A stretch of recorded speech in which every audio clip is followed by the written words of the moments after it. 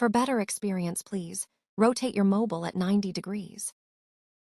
నమస్తే డిఎస్సి అభ్యర్థులారా, DSC preparation 2025కు స్వాగతం. Super fast revision class start చేయడానికంటే ముందుగా మీరు మన ఛానల్కి ఫస్ట్ టైం వచ్చినట్టయితే కనుక ఖచ్చితంగా సబ్స్క్రైబ్ చేసుకుని వీడియోను కంటిన్యూ చేయండి. ఎందుకంటే మన ఛానల్ ద్వారా ఏపీ డిఎస్సి ఎస్జిటికి సంబంధించినటువంటి అన్ని మెథడ్స్ మరియు కంటెంట్కి సంబంధించిన షార్ట్ రివిజన్ నోట్స్ను పీడిఎఫ్ రూపంలో అతి తక్కువ ధరకే అందిస్తున్నాం. ఇప్పటికే 6 మెథడ్స్ మరియు సోషల్ సైన్స్ కంటెంట్, విద్యా దృక్పథాలు, సైకాలజీ, ఎస్జిటి వాళ్లకు రెడీగా ఉంది.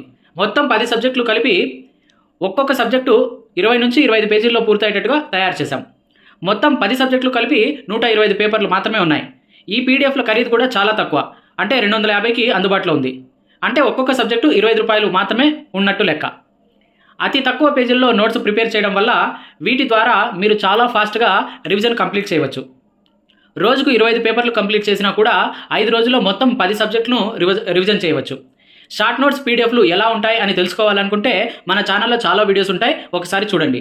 ఇంకా మన ఛానల్ ద్వారా ఈ పీడిఎఫ్లను బేస్ చేసుకొని మనం ఇలాంటి సూపర్ ఫాస్ట్ రివిజన్ క్లాసులు ఫ్రీగా ప్రతి సబ్జెక్టు కూడా ప్రతిరోజు జరుగుతూ ఉంటాయి. ఇవి మీకు టైం వేస్ట్ చేయకుండా, మీ ప్లాన్ను డిస్టర్బ్ చేయకుండా, మీరు నిద్రపోయే ముందు కానీ, భోజనం చేసే సమయంలో కానీ వినడానికి, రివిజన్ చేసుకోవడానికి అనుకూలంగా ఉంటాయనే ఉద్దేశంతో చేస్తున్నాం. ముఖ్యంగా గృహిణులు, ఉద్యోగస్తులు, ఒంటరిగా ప్రిపేర్ అయ్యే వాళ్ళు, వీళ్ళందరూ కూడా రోజువారీ పనులు చేసుకుంటూ ఈ క్లాసులు వినడం ద్వారా చాలా ఫాస్ట్గా వాళ్ళు రివిజన్ చేయడానికి ఉపయోగకరంగా ఉంటుంది. కాబట్టి ఖచ్చితంగా మన ఛానల్ను సబ్స్క్రైబ్ చేసుకొని ఈ వీడియోను కంటిన్యూ చేయండి. ఇక లేట్ చేయకుండా మనం వీడియోలోకి వెళ్ళిపోదాం.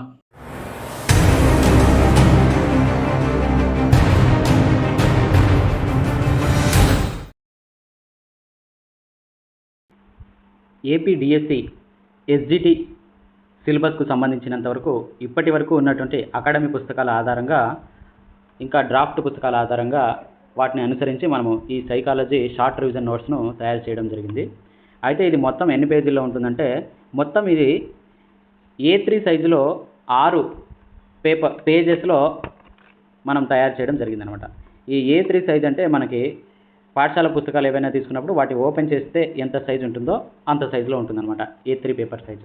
సో ఇలాంటి పేపర్స్లో మనము 6 పేజెస్ని మనం తయారు చేసామన్నమాట. సో మనం డబుల్ సైడ్ ఒకవేళ చేయించుకుంటే త్రీ పేపర్స్లో కంప్లీట్ అవుతుంది జెరాక్స్. ఒకవేళ సింగిల్ సైడ్ చేసుకొని గోడకు అంటించుకొని చదువుకోవాలనుకుంటే 6 పేజెస్ ఉంటుందన్నమాట.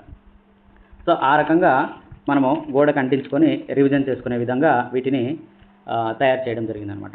ఇంకా ఎందుకు ఇలా తయారు చేసామంటే, ఎప్పుడు కూర్చొని చదివి బోర్ కొట్టినప్పుడు అలా నిలబడి కాసేపు వీటిని రివిజన్ చేసుకొని రీకాల్ చేసుకోవడానికి, తర్వాత చదివి ఇట్లా నిద్ర వచ్చేటప్పుడు కానీ అలా లేచి వాకింగ్ చేసి కొద్దిసేపు అట్లా నిలబడి చూసుకునే దానికి అనుకూలంగా మనము ఈ సైకాలజీకి సంబంధించినటువంటి నోట్స్ని A3 పేపర్ సైజులో పోస్టర్స్ లాగా మనం తయారు చేయడం జరిగిందనమాట. సో వీటిని జెరాక్స్ చేసుకొని బోర్డు కంటించుకొని చదువుకోవచ్చు. ఇలా మొత్తాన్ని మనము రోజుకు ఒక పేపర్ అయినా కనీసం చూసుకుంటే మనం మొత్తానికి 6 పేజెస్ ఉంటాయి కాబట్టి 6 డేస్లో మొత్తానికి పూర్తయిపోతుంది. అయితే ఇవన్నీ కూడా ఎందుకోసము అంటే, ఇవన్నీ కూడా ఆల్రెడీ ఒకసారి ప్రిపేర్ అయిన వాళ్ళకి మాత్రమే ఇవి సూటబుల్గా ఉంటుంది. ఎందుకంటే ఇది మెటీరియల్ కాదు. ఒకవేళ మెటీరియల్ అయితే మనకి డీటెయిల్గా అన్ని విషయాలు ఉంటాయి, కానీ ఇది మెటీరియల్ కాదు, షార్ట్ రివిజన్ నోట్స్ కాబట్టి మనకు ఖచ్చితంగా ఏమైతే అవసరమో అదంతా ఉంటుందన్నమాట. సో కాబట్టి దీన్ని ఇంకా మీరు ఇప్పుడు క్లాసులు వింటారు కాబట్టి ఈ నోట్స్ గురించి మీకు ఇంకా పూర్తిగా ఇప్పుడు తెలుస్తుందన్నమాట. సో మొత్తం మనము 6 పేజెస్లో రాసాము. రోజుకొక పేపర్ చొప్పున, రోజుకొక పేపర్ని 2 వీడియోలు చొప్పున మనం తయారు చేసుకుంటాం. 6 డేస్లో మొత్తం కంప్లీట్ అయ్యే రకంగా చూసుకుందాం అనమాట. ఈరోజు వికాస దృక్పథాలకు సంబంధించి మనం పార్ట్ 2 కంటిన్యూ చేద్దాం. అందులో భాగంగా ఇప్పుడు సాంఘిక వికాసం గురించి మాట్లాడదాం. సాంఘిక వికాసంలో 4 నిర్వచనాలు సోరెన్సన్. స్వయంగా ఇతరులతోనూ సమర్థవంతంగా మెలగగల వికాసమే సాంఘిక వికాసం అని సోరెన్సన్ చెప్పినాడు. హార్లాక్ అభిప్రాయం ప్రకారం సాంఘిక సంబంధాలలో పరిపక్వతను సాధించడమే సాంఘిక వికాసం అని చెప్పేసి హార్లాక్ అన్నాడు. గ్యారెట్ వచ్చేసి జైవిక వ్యక్తి మానవత్వం గల వ్యక్తిగా మారే ప్రక్రియనే సాంఘిక వికాసం అన్నాడు. ఫ్రీమన్ షావెల్ ఏమన్నాడంటే, సామూహిక ప్రమాణాలకు, సాంప్రదాయాలకు, విలువలకు, కట్టుబాట్లకు లోనై సఖ్యత, పరస్పర సంభాషణ, సహకార స్వభావాలను పెంచుకోవడమే సామాజికీకరణంగా ఫ్రీమన్ షావెల్ చెప్తున్నారనమాట. ఇంకా సాంఘిక వికాసం పొందినటువంటి వ్యక్తుల్లో ఉండేటువంటి లక్షణాలు ఏంటి అంటే, సహకరించడం, ఉద్దేశాలను ఆహ్వానించడం, వాటిని సహించడం, ఇతరుల యందు ఆసక్తి కనబరచడం, స్నేహభావం, సక్రమమైనటువంటి పోటీతత్వం కలిగి ఉండటం, సంఘం సమాజం యొక్క ప్రమాణతలను పాటించటం, సంఘం సమాజం కొరకు దేశం కొరకు స్వార్థం విడనాడటం, ఇవన్నీ కూడా సాంఘిక వికాసం ఉన్నటువంటి వ్యక్తులు చేసే పనులు అనమాట. అలాంటి లక్షణాలు కలిగి ఉంటాయి. తర్వాత సాంఘిక వికాసంలో కుటుంబం పాత్ర ఏంటి, సమవయస్కుల పాత్ర ఏంటి, తర్వాత పాఠశాల పాత్ర ఏంటి, సాంఘిక వికాసంలో ప్రసార మాధ్యమాల పాత్ర, సంస్కృతి పాత్ర, పోటీ సహకారం పాత్ర, క్రమశిక్షణ యొక్క పాత్ర, బహుమతి దండన, సంఘర్షణలు, దౌర్జన్యం, ఇవన్నీ కూడా ఏ రకంగా పాత్ర వహిస్తాయి అనేటువంటి విషయాలన్నీ మనం ఒకదాని తర్వాత ఒకటి తెలుసుకుందాం. అయితే ఇప్పుడు సాంఘిక వికాసంలో ఫస్ట్ మనం ఫ్యామిలీ, కుటుంబం. తమ పిల్లల్లో గల బలాలను బలహీనతలను ఒప్పుకోవడం చేయాలి, తగిన చేయుతనివ్వడం చేయాలి. పిల్లలను ఇతర పిల్లలతో పోల్చడం చేయకూడదు, లోపాలను విమర్శించడం, ప్రతిభావంతులను అతిగా పొగడటం చేయకూడదు. పిల్లలకు తల్లిదండ్రుల ప్రేమ, ఆదరణ, సహాయాన్ని మించినటువంటి బలం వేరొకటి లేదు. వారు పిల్లల సామర్థ్యాలకు అతీతంగా ప్రోత్సహించడం వల్ల వారి సామర్థ్యాలను పెంచుకోవడానికి ప్రేరణ కలిగించాలి. తర్వాత సాంఘిక వికాసంలో సమవయస్కుల సమూహాలు ఏ రకంగా మనకు ఉపయోగపడతాయంటే, పూర్వ బాల్య దశలో ఇతరులు సాంఘిక సంబంధాలు ఎలా ఏర్పరచుకుంటారో పరిశీలకుల్లా గమనిస్తారు పిల్లలు. అలా ఆటలో పాటించాల్సినటువంటి నియమాలు, సహకారం, శిక్షణ, క్రమశిక్షణ, ఇతరుల అభిప్రాయానికి విలువలు ఇవ్వటం, ఇతరుల దృష్టిని చూరగొనటం, సమవయస్కుల కృత్యాలలో ఎక్కువ ఆసక్తి కనిపించడం లాంటివి చేస్తారు. వారి వైఖరులు, భాషణ, అభిరుచులు, వేషభాషలు, ప్రవర్తనలపై సమవయస్కుల ప్రభావం ఉంటుంది. వారు ఎన్నుకున్న సమవయస్కులలో అసాంఘిక ప్రవర్తన ఉంటే వాటినే వీళ్ళు కూడా అనుసరించేటువంటి సిచ్యువేషన్ ఉంటుంది. కౌమార దశ చివరకు పిల్లలు ప్రత్యేక గుర్తింపును కోరుకోవటం, స్నేహితులను ఎన్నుకోవడంలో ఏర్పరచుకున్నటువంటి విలువల కారణంగా సమవయస్కుల ప్రభావం తగ్గుతుంది. సాధారణంగా మగపిల్లల సమూహాలు ఎక్కువగా పెద్దగా ఉంటాయి, కానీ బంధం బలంగా ఉండదు. అదేవిధంగా ఆడపిల్లల సమూహాలు తక్కువ బలంగా ఉన్నా కానీ ఖచ్చితమైనటువంటి దృఢమైన బంధాన్ని కలిగి ఉంటారన్నమాట. తర్వాత సాంఘిక వికాసంలో పాఠశాల ఏం చేస్తుంది అంటే, ఏం వహిస్తుంది అంటే, తిట్టడం, కొట్టడం, కసురుకోవడం వంటి ఉపాధ్యాయులు చేయకూడదు. విద్యార్థులు అడిగే ప్రశ్నలకు ఓపికతో, సహనంతో సమాధానం చెప్పాలి. స్నేహపూర్వకంగా సాధారణమైన ప్రత్యేకమైన పిల్లలందరితో అన్ని రంగాల్లో అభివృద్ధి చెందడానికి కావాల్సినటువంటి అన్ని భౌతిక సదుపాయాలను కల్పించే విధంగా ఉపాధ్యాయుడు ఉండాలి. వ్యక్తిగతంగా వారి సామర్థ్యాలకు అనుగుణంగా ప్రత్యేక విద్యా లక్ష్యాలను ఏర్పాటు చేయాలి. తర్వాత వివిధ కృత్యాల ద్వారా మూల్యాంకనం చేసే పద్ధతులను అవలంబించాలి. ర్యాంకులు ఉండకూడదు, గ్రేడింగ్ పద్ధతిని ప్రవేశపెట్టాలి. తర్వాత దానివల్ల ఎక్కువ తక్కువ అనేటువంటి భావనలు కలగకుండా గ్రేడింగ్ పద్ధతిని అవలంబించి దానివల్ల ఎక్కువ తక్కువ భావనలు కలగకుండా వారి మధ్య ఆరోగ్యకరమైనటువంటి పోటీని ఉంచాలి తప్పించి అనవసరమైనటువంటి అనారోగ్యకరమైనటువంటి పోటీని తొలగించాల్సి ఉంటుంది అనమాట. ఇంకా ప్రసార మాధ్యమాలు అంటే ఇవి సాంఘిక వికాసంలో బాగా ఉపయోగపడతాయి. అదేవిధంగా పిల్లలు చెడిపోవడానికి కూడా బాగా తోడ్పాటు ఉంటుంది. కాబట్టి వీటిని జాగ్రత్తగా యూజ్ చేయాలి. తర్వాత ఐదోది వచ్చేసి సాంఘిక వికాసానికి సంబంధించి సంస్కృతి పాత్ర. దీనికి సంబంధించి 2 నిర్వచనాలు ఉన్నాయి. విశ్వవిద్యాలయ కమిషన్. సంస్కృతి అనేది మనిషి మేధస్సులోని దృక్పథము, ఔన్నత్యము, అత్యున్నతమైనటువంటి మానవ విలువలను తెలియజేసేది. సంస్కృతి అనేది మనిషి మేధస్సులోని దృక్పథము, ఔన్నత్యము, అత్యున్నతమైనటువంటి మానవ విలువలను తెలియజేసేది సంస్కృతి అని చెప్పేసి విశ్వవిద్యాలయ కమిషన్ చెప్పింది. ఇంకా తర్వాత దీనికోసం అంటే సంస్కృతిని పెంపొందించడానికి జాతీయ విద్యా విధానం ఏం చెప్పిందంటే, విద్యా ప్రణాళిక ద్వారా, విషయ బోధన ద్వారా సంస్కృతి బోధించబడాలి. విద్య ద్వారా ఆధునిక సాంకేతిక విజ్ఞానంతో పాటు సాంస్కృతిక సంప్రదాయాలకు కూడా పెంపొందించాల్సినటువంటి అవసరం ఉంది. కుటుంబం, సమాజం పిల్లలకు పాఠ్యాంశాల కంటే ఎక్కువే నేర్పిస్తాయి. సాంఘిక కార్యక్రమాల్లో పాల్గొనేటట్టు విద్యార్థుల్ని చూడాలి. దీనివల్ల సాంఘిక ఉద్వేగపరమైనటువంటి వికాసం జరుగుతుంది. ఇంకా సాంఘిక వికాసంపై ప్రభావం చూపే కొన్ని విషయాలను చూసుకుంటే అందులో పోటీ సహకారం. పోటీతత్వం అనేది ఒక శక్తివంతమైనటువంటి ప్రేరణాకారకంగా ఉంటుంది. ఈ పోటీ లేకపోతే విద్యార్థులు మంచి ఫలితాలు సాధించలేరు. కొన్ని సందర్భాల్లో పోటీతో పాటు సహకారం కూడా అవసరం. పోటీతత్వం ఎంత ఉన్నా తోటి విద్యార్థుల, ఉపాధ్యాయుల సహకారం లభించకపోతే వాళ్ళు ఆశించినటువంటి ఫలితాలను సాధించలేరు. అందువలన సహకారం కూడా ఎక్కువ అవసరం. ఇంకా తర్వాత క్రమశిక్షణ విషయం తీసుకుంటే సాంఘిక వికాసంలో ఏముంటుందంటే, విద్యార్థులను శారీరకంగా దండించకుండా వారు ఒక పని చేయటానికి గల కారణాలను నిశ్చితంగా తెలుసుకొని కలిగే నష్టాలను విపులంగా వివరించి వారి ప్రవర్తనలో మార్పులను తీసుకురావడానికి ప్రయత్నం చేయాలి. తర్వాత సాంఘిక వికాసం సంబంధించి బహుమతి దండన పాత్ర ఎలా ఉంటుందంటే, ఎక్కువగా దండనని యూజ్ చేయకూడదు, అంత మంచి ఫలితాలను ఇవ్వవు. దండన అనేది దురలవాట్లను, ప్రవర్తన సమస్యలను మాన్పించడానికి దండనని యూజ్ చేయొచ్చు. బహుమతులు అనేవి విద్యార్థులను బాగా ప్రేరేపించి భవిష్యత్తులో మంచి ఫలితాలు సాధించడానికి కొన్ని సందర్భాలలో బహుమతుల సాధించడానికి ఉపయోగపడతాయి. అయితే కొన్ని సందర్భాల్లో బహుమతుల వల్ల విద్యార్థుల్లో నిర్లక్ష్య భావం కూడా పెరుగుతుంది. మెరిట్ సర్టిఫికెట్లు, క్యాష్ అవార్డులు విద్యార్థుల్లో ఆత్మవిశ్వాసాన్ని, ఆత్మగౌరవాన్ని, సృజనాత్మకతను పెంపొందిస్తాయి. తర్వాత బహుమానం దండనపై ఆధారపడకుండా సొంత ప్రమాణాలను సాధించేందుకు ప్రయత్నించేటట్టు, తద్వారా సంతృప్తిని పొందేందుకు మనము ప్రోత్సహించాల్సినటువంటి అవసరం ఉందన్నమాట. బహుమతి దండన సంబంధించి అది. తర్వాత సంఘర్షణలు, సాంఘిక వికాసంలో సంఘర్షణలు. నిర్ణయం తీసుకోవడంలో తొందరపాటు కానీ, విపరీతమైన జాప్యం కానీ, వాయిదా వేయడం కానీ సరికాదు. సంఘర్షణలు ఏర్పడినప్పుడు వాటిలో ఉన్నటువంటి లోటుపాట్లను, అలాగే మనలో ఉన్నటువంటి సామర్థ్యాలను, పరిమితులను, ఆసక్తులను బేరీజు వేసుకుని సరైన నిర్ణయం తీసుకోవాలి. అప్పుడు సాంఘిక వికాసం ముందుకు పోతుంది. ఇలా సాంఘిక వికాసానికి సంబంధించి దౌర్జన్యం ఎలా ప్రభావితం చూపుతుంది అంటే, శారీరకంగా కానీ, మాటల ద్వారా కానీ ఆస్తికి నష్టం కూడా జరిగేటువంటి అవకాశము ఈ దౌర్జన్యం వల్ల ఉంటుంది. దౌర్జన్యం అనేది కుంటునం వల్ల సంభవిస్తుందనేటువంటి ప్రాక్కల్పనను చేసింది డోలార్డ్ టగ్జర్లు. తర్వాత వీళ్ళు 1839వ సంవత్సరంలో పేర్కొన్నారనమాట. ఇంకా తర్వాత సిగ్మండ్ ఫ్రాయిడ్ ప్రకారం ప్రతి వ్యక్తిలో 2 సహజాతాలు ఉంటాయి. అవి ఇరాన్స్, టెనాటస్. ఇరాన్స్ అంటే ఈ సహజాతం వల్ల ప్రేమ, అనురాగం మొదలైనటువంటివి సానుకూలమైనటువంటి విషయాలు బయలుపడతాయి. టెనటాస్ వల్ల వినాశనకరమైనటువంటి విషయాలకు దారితీసే సహజాతం ఇది. సో బండురా వాల్టర్స్ అనేటువంటి మనోవిజ్ఞాన శాస్త్రవేత్త ప్రకారం దౌర్జన్యపూరిత ప్రవర్తనను పరిశీలించినటువంటి పిల్లలు దౌర్జన్య రహిత ప్రవర్తనను పరిశీలించిన పిల్లలు సాధారణ ప్రవర్తనను ప్రదర్శించారని బండురా వాల్టర్స్ పేర్కొన్నారు. తర్వాత బాలలో సాంఘిక వికాసం ఏ దశలో ఎలా జరుగుతుందో చూసుకుంటే, శిశువు మొదట తల్లి వద్ద నుంచి సాంఘికీకరణాన్ని పొందుతాడు. సాంఘిక వికాసం అనేది శిశువులో శారీరక, చలన, ఉద్వేగ, మానసిక వికాసాలతో పాటు అభివృద్ధి చెందుతుంది. అయితే తల్లిదండ్రులు, స్నేహితుల పాత్ర ఇందులో చాలా ఎక్కువగా ఉంటుంది.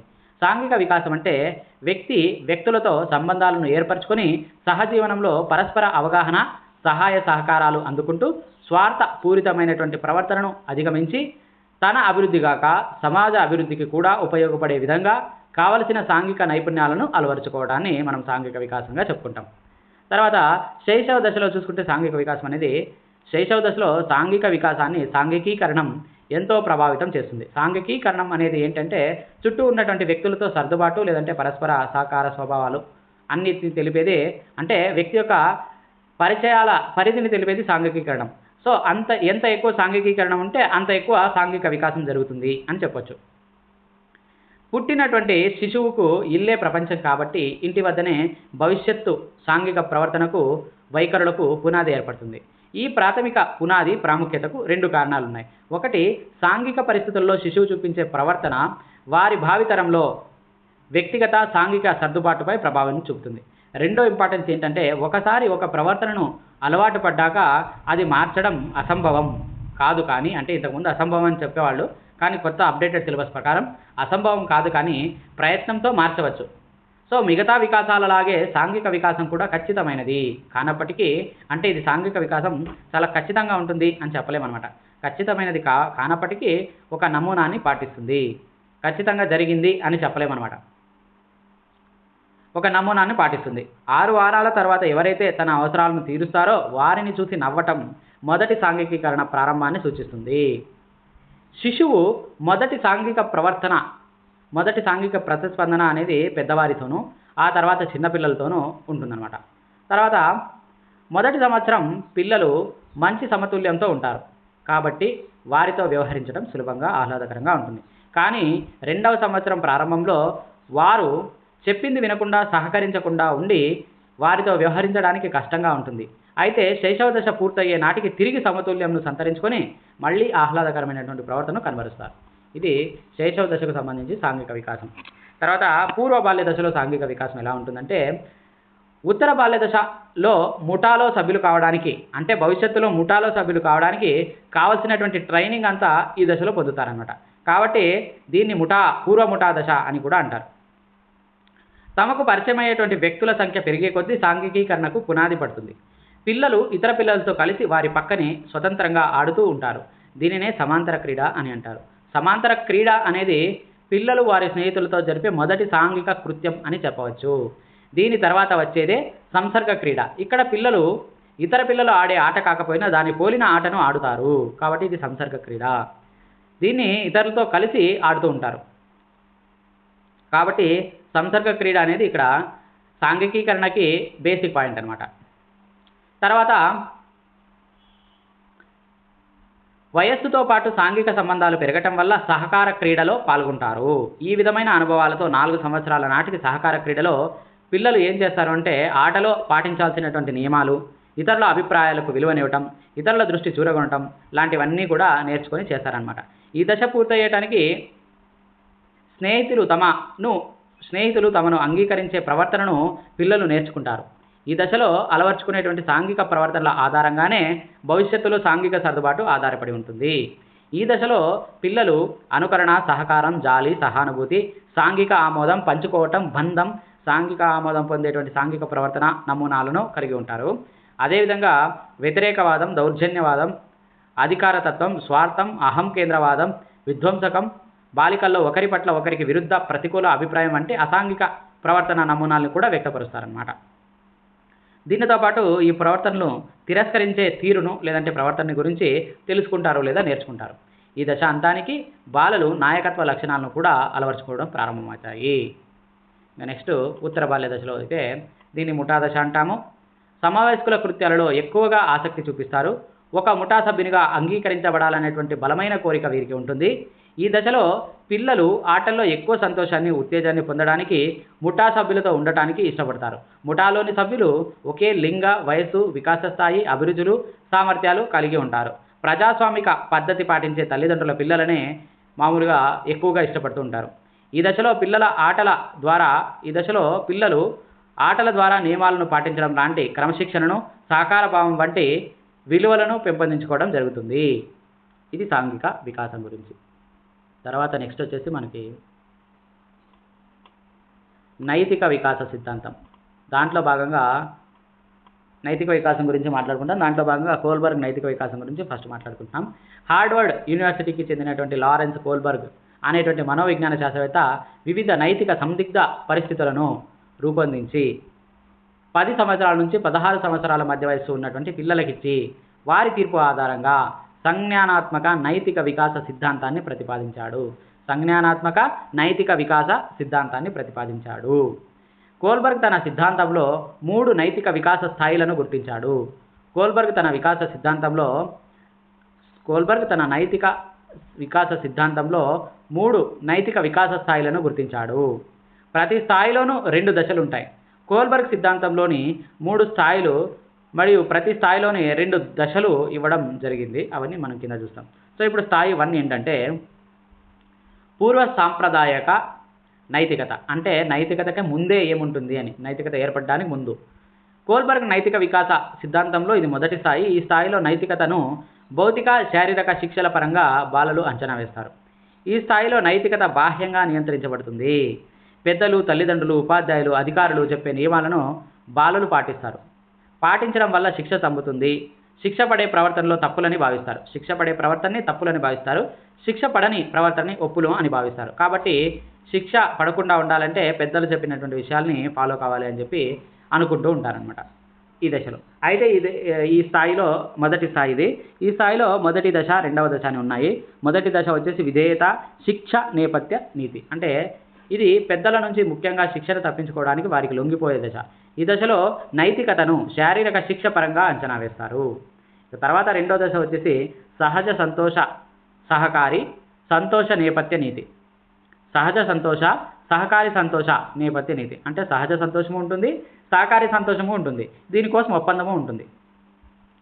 సో ఈ దశలో పిల్లవాడు బహుమానాలు పొందాలనే లక్ష్యంతో ప్రవర్తిస్తాడు. కొంతవరకు ఈయనకి సహకార నేపథ్యం ఉన్నప్పటికీ అది ఆ పరస్పరత సహకారానికి కారణం నిజానికి సానుభూతి, ఉదారత, కరుణ, నీతి కావడానికి కారణం స్వయం తృప్తి అనేది ఒకటి ఉంటుందన్నమాట వీళ్ళకి. సో ఒక విధంగా చెప్పాలంటే వారు ఇతరులతో బేరాలు చేస్తూ ఉంటారు. ఉదాహరణకి నువ్వు వీడియో గేమ్స్ నాకు ఇస్తే నువ్వు రాయడానికి పెన్ను ఇస్తా, లేదా సాయంత్రం సినిమాకు తీసుకువెళ్తానంటే ఇప్పుడు హోంవర్క్ చేస్తా. ఈ రకంగా ఉంటుందన్నమాట. ఇప్పుడు రెండో స్థాయి వచ్చేసి సాంప్రదాయబద్ధమైన నైతికత. ఇక్కడ సాంప్రదాయం అనేది ఖచ్చితంగా ఉంటుంది. కోల్బర్గ్ రెండవ స్థాయిని సాంప్రదాయబద్ధమైనటువంటి నైతికతగా పేర్కొన్నారు. ఈ స్థాయిలో వ్యక్తులు లేదా బాలలు సాంఘిక లేదా సామాజిక నియమాలకు కట్టుబడి ఉండటం ముఖ్యం అని భావిస్తారు. సమాజంలో పాటిస్తున్నటువంటి సాంప్రదాయాలు, నియమ నిబంధనలు, చట్టం, న్యాయం ఆధారంగా నైతిక తీర్పు నియంత్రించబడుతుందని అభిప్రాయపడతారు. వాటిని అనుసరించడం గొప్పని, అనుసరించకపోవడం తప్పని భావిస్తారు. సమాజంలోని వ్యక్తులు తమ ఇష్టానుసారంగా కాకుండా సాంఘిక వ్యవస్థ ప్రకారం నడుచుకుంటే సరైన మానవ సంబంధాలను, సాంఘిక పద్ధతులను పాటించవచ్చని నమ్ముతారు. అంటే రాజ్యాంగాన్ని ఫాలో అవుతారనమాట ఆ రకంగా. అయితే అందరూ రాజ్యాంగాన్ని ఫాలో అయితే ఇంకా నేరాలు ఎందుకు ఉంటాయి? కాబట్టి ఇప్పుడు నైతికత గురించి మనం ఒక్కొక్క దశ గురించి ఒక్కొక్క దశ అంటే ఇప్పుడు 3వ దశ గురించి మాట్లాడితే మంచి బాలుడు లేదా బాలిక నేపథ్య నీతి. ఇందులో ఇతరులతో మంచి సంబంధాలు ఉండే ప్రవర్తనను మంచి ప్రవర్తనగా భావించడం, ఇతరులతో మంచి సంబంధాలు ఉండే ప్రవర్తనను మంచి ప్రవర్తనగా భావించడం జరుగుతుంది. ఈ దశలో పిల్లలు విషయాన్ని, మంచి చెడ్డల నిర్ణయాన్ని ఇతరుల ప్రతిస్పందనల ఆధారంగా గ్రహిస్తారు. అయితే ఇతరుల యొక్క అధిక శారీరక శక్తి కంటే వాళ్ళ సమ్మతి లేదా అసమ్మతి, ఆమోదం లేదా నిరాదరణ, వీటిని దృష్టిలో పెట్టుకొని వీళ్ళు బిహేవ్ చేయడం జరుగుతుంది. దానికే ఎక్కువ ప్రాముఖ్యత ఇవ్వడం జరుగుతుంది. సో అది 3వ దశ, మంచి బాలుడు లేదా బాలిక నేపథ్య నీతి. ఇంకా 4వ దశ ఏంటి అంటే అధికారం, సామాజిక వ్యవస్థల నిర్వహణ నేపథ్య నీతి. అంటే ఇక్కడ అధికారాన్ని ఫాలో అవ్వడము, సామాజిక వ్యవస్థల నిర్వహణని ఫాలో అవ్వడం జరుగుతుంది. ఆ నిర్వహణకి ఈయన సపోర్ట్ చేయడం జరుగుతుంది అనమాట, సామాజిక వ్యవస్థ నిర్వహణకి. సో ఈ దశలో నిందను తప్పించుకోవడానికి సంఘం ఆమోదించే నియమాలను పాటించాలని నమ్మటం వల్ల సాంఘిక రివాజులను, నియమాలను గుడ్డిగా అంగీకరిస్తారు. ఈ దశలో వ్యక్తుల ఆమోదానికి మాత్రమే కాకుండా సంఘం ఆమోదాన్ని కూడా పరిగణలోనికి తీసుకుంటారు. చట్టం, ధర్మం, న్యాయం ప్రకారం నడుచుకోవడం భావ్యమని భావిస్తారు. కోల్బర్గ్ ప్రకారం ఎక్కువ శాతం వ్యక్తులు నైతికంగా ఈ స్థాయికి మించి ఎదగరు. అయితే నైతికతకు మించిన స్థాయి ఇంకొకటి ఉంది. ఆ స్థాయి ఏంటంటే 3వ స్థాయి, ఉత్తర సాంప్రదాయక స్థాయి నైతికత. ఇక్కడ కోల్బర్గ్ పేర్కొన్నటువంటి 3వ స్థాయి అనేది ఉత్తర సాంప్రదాయక నైతికత. ఈ స్థాయిలో నైతిక తీర్పుల నియంత్రణ అనేది ఒక వ్యక్తికి మాత్రమే ఉంటుంది. ఇది నైతిక సాధనలో అత్యున్నత స్థాయిగా గుర్తించవచ్చు. సమాజంలో చట్టం, న్యాయ వ్యవస్థ, సంప్రదాయాలు మానవ హక్కులకు భంగం వాటిల్లకుండా ఉండాలి. మానవులు ప్రజాస్వామ్యకంగా ఆమోదించబడినటువంటి నియమాల తీర్పులకు లోబడి ఉండాలి, పాటించాలి. వీటిని పాటించడం తప్పు, పాటించడం ఒప్పు, పాటించకపోవడం తప్పులు అవుతాయని తన అంతరాత్మ ప్రబోధంతో తప్పొప్పులను వ్యక్తులు నిర్ణయించుకుంటారు. అంటే ఒక చట్టం చేశారంటే ఆ చట్టాన్ని గుడ్డిగా ఫాలో అవ్వడం కాకుండా ఇక్కడ ఏం జరుగుతుందంటే ఆ చట్టం చేయడానికి గల కారణం ఏంటి, దాన్ని నేను ఎందుకు ఫాలో కావాలి అనేటువంటి దిశగా ఆలోచన ఉంటుందన్నమాట. ఆ రకమైనటువంటి నైతికత ఇది. సో నేను కూడా ఆ ఉద్దేశాన్ని యాక్సెప్ట్ చేసి నేను ఆ చట్టాన్ని ఫాలో అవుతాను అనేటువంటి సిచ్యువేషను ఈ స్థాయిలో ఉంటుందన్నమాట.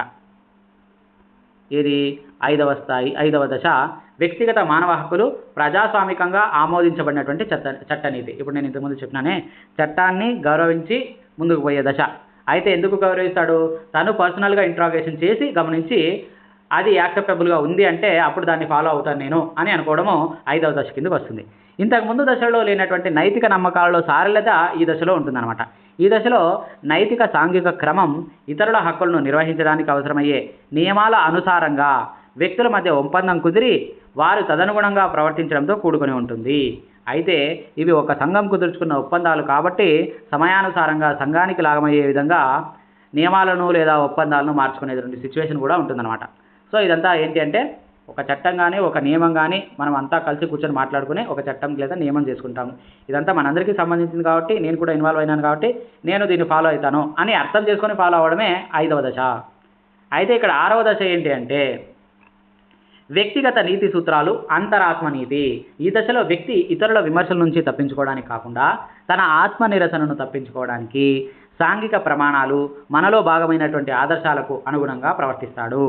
ఈ విధమైన నిర్ణయాలు న్యాయం, కరుణ, సమానత్వం వంటి అమూర్త సూత్రాలపై ఆధారపడి ఉంటాయి. ఈ దశ చేరుకున్న వ్యక్తికి అధిక వ్యక్తిగతమైనటువంటి నైతిక నమ్మకాలు ఉంటాయి. ఇవి కొన్నిసార్లు ఎక్కువ మంది అంగీకరించే సాంఘిక క్రమానికి విరుద్ధంగా కూడా ఉండవచ్చు.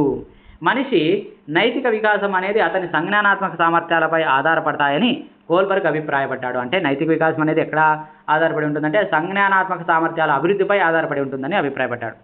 సో కోల్బర్గ్ నైతిక వికాసంలో ఏ దశ ఏ వయస్సులో చేరుకుంటారని చెప్పకపోయినా చిన్నపిల్లలు ఎక్కువ పూర్వ సాంప్రదాయక ప్రతిస్పందనలను, పెద్దవాళ్ళు ఉత్తర సాంప్రదాయక ప్రతిస్పందనలు ప్రదర్శిస్తారు. అయితే అందరిలో, అన్ని సంస్కృతులలో ఈ వికాస క్రమం ఒకేలా ఉంటుంది. ఒక వ్యక్తి మంచి నైతిక స్థాయి వికాసానికి చేరుకున్నాక మళ్ళీ వెనక్కు తిరోగమనం ఉండదు అని చెప్పి ఏం చెప్పినాడు అనమాట. అయితే విద్యాను ప్రయుక్తం చూసుకుంటే కనుక తర్వాత స్థాయికి చేరుకోవడానికి అవకాశాలు కల్పించాలి. ఒక స్థాయి నుంచి తర్వాత స్థాయికి చేరుకోవడానికి అవకాశాలు కల్పించాలి. దీనితో వారికి వయస్సు పరిగణలోకి తీసుకోవాలి. వయస్సు ప్రకారంగా తర్వాత అవకాశాలు కల్పించాలి. ఎందుకంటే మనం ఆశించే స్థాయికి అవసరమైన సంసిద్ధత పిల్లల్లో ఉండటం అవసరం కాబట్టి.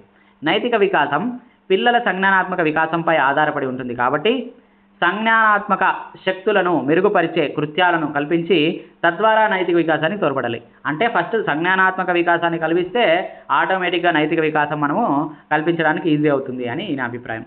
తర్వాత ఉపాధ్యాయులు మొదట ఆదర్శవంతమైనటువంటి ప్రవర్తనను అలవర్చుకొని పిల్లలు వారిని అనుసరించే విధంగా వాళ్ళని ఉన్నత స్థాయికి చేరుకునేటట్టు చేయవచ్చు. ఇది విద్యాను ప్రయుక్తం. ఇంకా తర్వాత సంస్కృతి ప్రభావం తీసుకుంటే నైతికత మీద నైతిక నియమాలే మన ప్రవర్తనను నిర్దేశించే సూత్రాలు కనుక పిల్లల్లో వాటిని జీర్ణించుకునేలా చేయాలి. విభిన్న నైతిక విలువలు నేపథ్యాల నుంచి బడికి వచ్చే పిల్లలందరినీ ఒకరి విలువలను మరొకరు గౌరవించేలా సహించేలా చేయడంలో పాఠశాల ప్రముఖ పాత్ర వహించాలి. విలువలు కలిగించడం విజ్ఞానంతో వివేకంతో మెలగటం వల్ల సమగ్రాభివృద్ధిలో ఇది ఒక అంతర్భాగంగా ఉంటుంది. సాధారణంగా పిల్లలు తప్పు చేసినప్పుడు వారిని కొట్టడం దండించడం చేస్తుంటాం.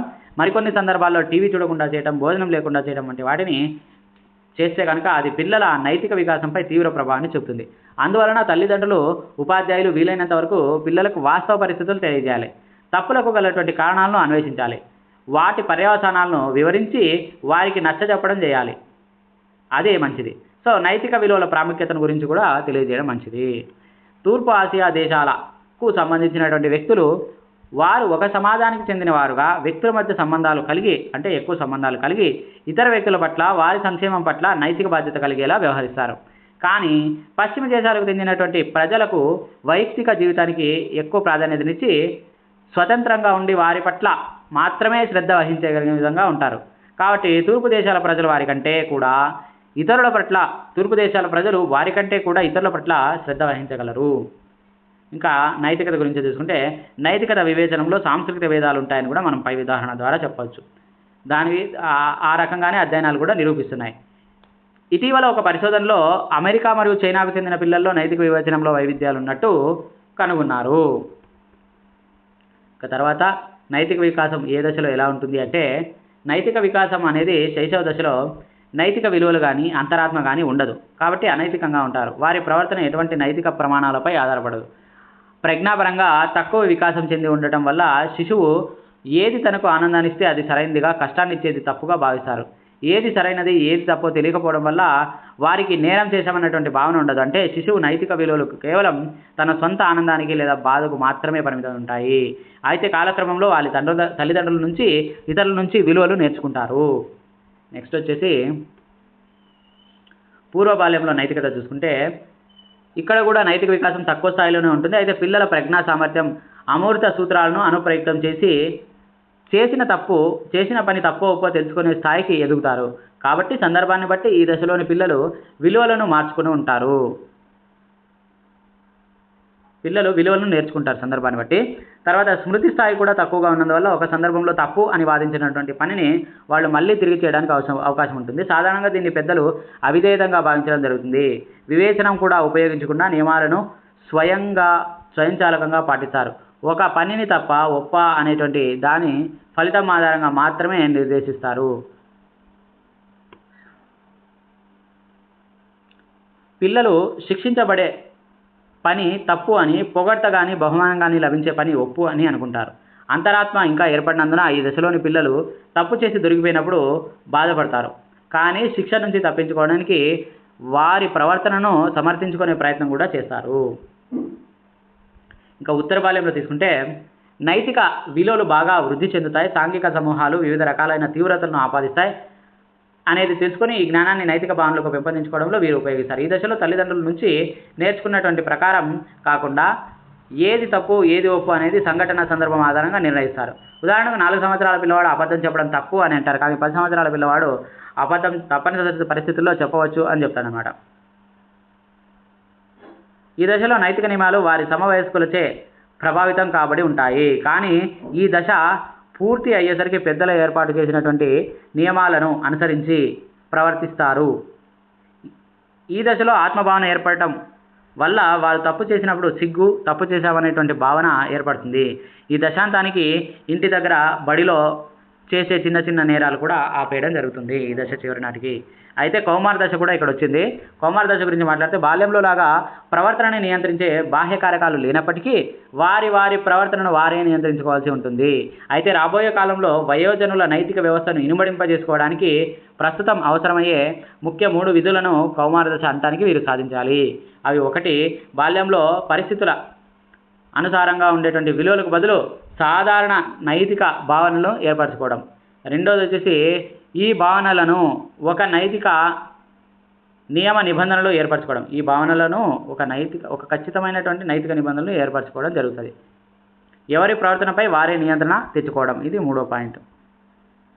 దీని తర్వాత ఇంకా నెక్స్ట్ వచ్చేసి మనకి ఎడ్యుకేషనల్ డెవలప్మెంట్ ఉంది. Emotional development. అది పిల్లలు పుట్టినప్పుడు ఉత్తేజం మాత్రమే ఉంటుందంట. కొంతకాలం తర్వాత ఉద్వేగాలు ఒక నమూనాను అనుసరించి వికాసం చెందడం జరుగుతుంది. 1 సంవత్సరంలోనే ఉద్వేగాత్మక అభివ్యంజనం, ఎమోషనల్ ఎక్స్ప్రెషన్ అనేది విశదంగాను స్పష్టంగాను ఉంటుంది. కాబట్టి పసిబిడ్డ ఆలోచనలు, భావాలు మనకు అర్థమవడం జరుగుతుంది. అంటే వాళ్ళకి ఏం కావాలి, ఏం జరుగుతుంది అనేది అర్థమవుతుంది. తర్వాత ఉద్వేగం అంటే అర్థం ఏంటంటే ఎమోషన్. ఎమోషన్ అంటే ఆంగ్ల పదం. ఇది ఎమోవర్ అనేటువంటి లాటిన్ పదం నుంచి వచ్చింది. ఎమోవర్ అంటే ఉద్వేగపరచుట లేదా ప్రేరేపించుట లేదా ఉత్తేజపరచుట అని మీనింగ్. ఉద్వేగం అంటే శారీరకంగా లేదా మానసికంగా ప్రేరేపించబడినటువంటి స్థితి లేదా కలియబెట్టబడినటువంటి మస్తిష్క స్థితి. వ్యక్తి యొక్క తీవ్రమైన ఆంతరంగిక చలన స్థితి అని ఇన్ని రకాలుగా మనం మాట్లాడుకోవచ్చు. తర్వాత బాలల జీవన మానసిక అవసరాలు సంతృప్తి చెందకపోవటం వల్ల, ఇంకా కోరికలు, ఆకాంక్షలు, ఆటంకాలు వల్ల, తర్వాత విలువలు, స్వభావాన్ని బట్టి కూడా ఉద్వేగాలు ఉంటాయన్నమాట. ఇవి 2 రకాలుగా ఉంటాయి: సంతోషం, దుఃఖానికి సంబంధించినవి. తర్వాత నవరసాలు. ఏది? ప్రేమ, హాస్యం, విచారం, రౌద్రం, కోపం, ఉత్సాహం, భయం, విసుగు, ఆశ్చర్యం. ఇవి నవరసాలు. తర్వాత వ్యక్తి అంతర్గతంగా శారీరక మానసిక అంశాలలో తీవ్ర పరిస్థితి ఏర్పడుతుంది. గుండె ఎక్కువగా కొట్టుకోవడం జరుగుతుంది. ఎప్పుడు? ఉద్వేగం ఉన్నప్పుడు, ఉద్వేగ పరిస్థితులకు లోనైనప్పుడు మానసిక అంశాల్లో తీవ్ర పరిస్థితి ఏర్పడుతుంది. శారీరక మానసిక అంశాల్లో గుండె ఎక్కువగా కొట్టుకోవడం, రక్తపోటులో మార్పు, శరీరం కంపించడం, నోరు తడి ఆరిపోవడం, చెమటలు పట్టడం, కనుచూపులలో, ముఖ కవళికలలో మార్పులు రావడం, ఆలోచన, స్మృతి, విచక్షణ, జ్ఞాపక శక్తి కోల్పోవడం జరుగుతుంది. ఎప్పుడు? ఉద్వేగం ఎక్కువ ఉన్నప్పుడు ఆలోచనను కోల్పోతాము, స్మృతిని కోల్పోతాము, విచక్షణ కోల్పోతాము, జ్ఞాపక శక్తి కూడా కోల్పోతాము. ఇవన్నీ జరుగుతాయంట. కాబట్టి ఇప్పుడు కొన్ని ఎమోషన్స్ గురించి మనం మాట్లాడుకుందాం. అది ఒకటి ఫియర్ అంటే భయం. భయం అనేది మౌలిక ఉద్వేగాలలో ఒకటి. భయం శారీరకంగా లేదా మానసికంగా హాని ఏర్పడుతుందని అనుకున్నప్పుడు వ్యక్తిలో కలిగే మానసిక స్థితి భయం. భయం అనేది ఒక స్థాయి వరకే వ్యక్తికి అదుపులో ఉంటుంది. హద్దులు దాటితే అది అసాధారణమైన అనుగుణ్యతలకు వ్యక్తిని లోను చేస్తుంది. భయం విపరీతమైన తీరులకు, భీతులకు దారి తీయవచ్చు. బాలల్లో భయాన్ని పోగొట్టడం ఎట్లా అంటే సరైన వివరణ ఇవ్వాలి, ధైర్యం కలిగే మాటలు చెప్పాలి, వివేకరహితమైనటువంటి భయాలను వివరించి నమ్మకం కలిగించాలి, ఎదుర్కొనే సామర్థ్యాలను డెవలప్ చేయాలి. భయం కలిగించేటువంటి వస్తువులు, పరిస్థితులకు క్రమంగా అలవాటు చేయడం వల్ల భయం పోతుంది. పరిస్థితులను ఎదుర్కొన్నటువంటి వారిని చూపి ధైర్యం వహించేటట్టు చూడాలి. సాధారణంగా బాల్య దశలో భయం ఎక్కువగా ఉంటుంది. బూచి వస్తుందని, దయ్యం వస్తుందని భయపెట్టడం హానికరమైనటువంటి ఫలితాలకు దారితీస్తుంది. ఇంకా లోటన్ అనేటువంటి శాస్త్రవేత్త భయాన్ని 4 రకాలుగా విభజించారు. అది వస్తువులకు సంబంధించినటువంటి భయాలు, అంటే ఇంజెక్షన్, బుక్కు, పెన్ను ఇట్లాంటివి. తర్వాత ప్రత్యక్ష అనుకరణ, అంటే తుఫాన్ వచ్చినప్పుడు పెద్దవాళ్ళని చూసి వీడు భయపడము, ఇట్లాంటివి ప్రత్యక్ష అనుకరణకు సంబంధించిన భయాలు. బాధాకరమైనటువంటి అనుభవాలంటే ఒక కుక్క శిశువుకు కరిచినట్లయితే ఆ శిశువుకు ఉండేటువంటి భయం అనేది బాధాకరమైనటువంటి భయం అనమాట. తర్వాత వయసుతో పాటు వచ్చే కొన్ని భయాలంటే చిన్న వయసులో టపాసులు కాల్చడం అంటే భయపడే శిశువు కొంచెం పెద్దయ్యాక టపాసులు కాల్చడం అంటే భయం తొలగిపోతుంది. ఇంకా కోపం అనేది ఉంటుంది. సామాన్యంగా పిల్లల్లో కోప స్వభావం ఎక్కువగా ఉంటుంది. కోపంతో వస్తువులు విసిరేస్తూ తమ కార్యక్రమాలకు భంగం కలిగించినప్పుడు చికాకు, కోపం వ్యక్తపరుస్తారు. అదేవిధంగా తమకు ఎల్లప్పుడూ పోల్చినప్పుడు ఇతరులతో, పెద్ద పిల్లలకు యుక్త వయసు వచ్చిన వారికి తమను ఎల్లప్పుడూ తప్పులు పడుతుంటే ఇతరుల పిల్లలతో అనవసరంగా పోల్చినప్పుడు కోపం వస్తుంది. కోపాన్ని ప్రకటించడంలో వైయక్తిక భేదాలు ఉంటాయి. కోపానికి కారణాలు ఏంటి అంటే పనులకు ఆటంకం కలిగినా కోపం వస్తుంది. ప్రాథమిక అవసరాలైనటువంటి ఆకలి, దప్పిక, నీరు తీరినప్పుడైనా కోపం వస్తుంది. శక్తికి మించినటువంటి పనులు చెప్పినప్పుడు కోపం వస్తుంది. తనపై చాడీలు, దాడి జరిగినప్పుడు, మితమీరిన క్రమశిక్షణ ఉన్నప్పుడు, వారి ఓపిక నశించినప్పుడు కోపం వస్తుంది అన్నమాట. కోపాన్ని అదుపులో పెట్టుకోవాలంటే పైన చెప్పినటువంటి కూడా దానికి ఉన్నటువంటి అవసరమైనటువంటి పాయింట్లన్నీ ఇక్కడ రాసుకోవచ్చు. ఏంటి అంటే వేరే పిల్లలతో పోల్చకూడదు,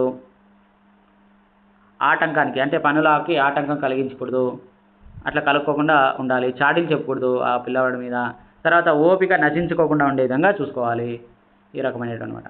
ఇంకా తర్వాత నెక్స్ట్ వచ్చేసి మూడోది వచ్చే ఎమోషన్ వచ్చేసి అసూయ. అసూయ అనేది విచారకరమైనటువంటి భావోద్రేకం. శిశువు తన పట్ల ప్రేమ వాత్సల్యం చూపడం లేదని అసూయ ప్రకటిస్తారు. చిన్నపిల్లల్లో సహోదర స్పర్ధ వలన తల్లిదండ్రులు, ఉపాధ్యాయులు పిల్లల పట్ల పక్షపాత వైపరి చూపిస్తే బాలబాలికల్లో ఒకరి వల్ల పొందే ప్రేమ వాత్సల్యాలను పొందలేకపోవటం వల్ల లేదా పొందలేకపోతామేమో అనేటువంటి భయం వల్ల కలిగే ఓర్వలేని మానసిక స్థితినే అసూయ అంటారు.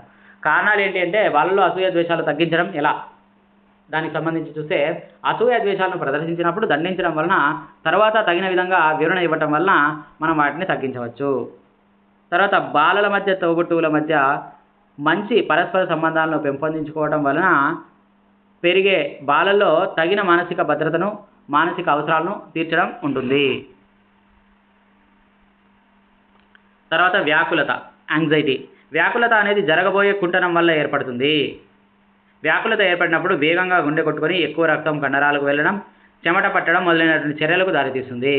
విద్యార్థులకు పరీక్షలకు సమయం లేకపోతే అప్పుడు పరీక్షా సమయంలో కొంత వ్యాకులత ఏర్పడుతుంది. దీన్ని టెక్స్ట్ యాంగ్జైటీ అంటే పరీక్షా వ్యాకులత అంటారు. ఆపద సరిగ్గా ఎక్కడ ఉందో, ఎలా వస్తుందో తెలియని బాధతో కూడుకున్నటువంటి ఆందోళన స్థితియే వ్యాకులత. బాలల్లో వ్యాకులతను తగ్గించడానికి వివేకరహితమైనటువంటి, అర్థరహితమైనటువంటి ఆలోచనలు, వాటిని విశదీకరించాలి. మున్ముందు జరగబోయేటువంటి విషయాల కష్టసుఖాలను చర్చించాలి. బాలల్లో మనోస్థైర్యాన్ని నింపి ముందు జాగ్రత్త వహించే విధంగా చేయాలి. అనవసరమైనటువంటి ఆందోళన, వ్యాకులతలు వలన కలిగే పర్యవసానాలను ఉపాధ్యాయులు తెలియజేయాలి. ఇంకా తర్వాత కుతూహలానికి సంబంధించి మొదట్లో శిశువు తన పరిసరాల పట్ల ఆసక్తిని చూపకపోయినా కుతూహలం చూపుతాడు. కాబట్టి పిల్లలు పరిశీలన శక్తిని పెంపొందించడానికి అనేక వస్తువుల పట్ల అవగాహన ఏర్పరచాలి. శైశవ దశలో పిల్లలు అనేక ప్రశ్నలు గుప్పిస్తుంటారు. తల్లిదండ్రులు, ఉపాధ్యాయులు వారికి తగిన జవాబులు చెబుతూ వారిలో కుతూహలాన్ని పెంచాలి. పిల్లలకు కొన్ని సమస్యలు ఇచ్చి వాటికి పరిష్కారం వారే తెలుసుకునేటట్టు చేయాలి. నెక్స్ట్ ఇప్పుడు ఎమోషనల్ మెచ్యూరిటీ గురించి డీటెయిల్గా మాట్లాడుకుంటే, వ్యక్తి తను ఉన్న పరిసరాలను అవగాహన చేసుకొని తన ఉద్వేగాలను అదుపులో ఉంచుకొని అనుగుణ్యంగా ఉపయోగించుకునేటువంటి మానసిక చర్యనే ఉద్వేగ పరిపక్వత అని అంటారు. సమాజం హర్షించే విధంగాను, అభిలషించిన తీరుగాను వ్యక్తి తన ఉద్వేగాలను అదుపులో ఉంచుకొని ప్రవర్తించడం ఉద్వేగ పరిపక్వత. ఉద్వేగ పరిపక్వత ఉన్నటువంటి వ్యక్తుల లక్షణాలు ఏంటంటే ఆత్మవిశ్వాసాన్ని కలిగి ఉంటారు, నైతిక ప్రవర్తనని కలిగి ఉంటారు, తర్వాత తన శక్తి సామర్థ్యాల మీద తనకి నమ్మకం ఉంటుంది, తర్వాత నిగర్విగా ఉంటారు, తర్వాత ఇతరుల విలువలను గుర్తించగలుగుతారు, ఇంద్రియ జ్ఞాన నిగ్రహం అనేది ఉంటుందన్నమాట. ఒక వ్యక్తి వివిధ సన్నివేశాలలో తన భావోద్వేగాలను ఎంత మేరకు అదుపులో ఉంచుకొని మానసిక సమస్థితిని కోల్పోడో అది అతని భావోద్వేగ పరిపక్వతకు ఉదాహరణ.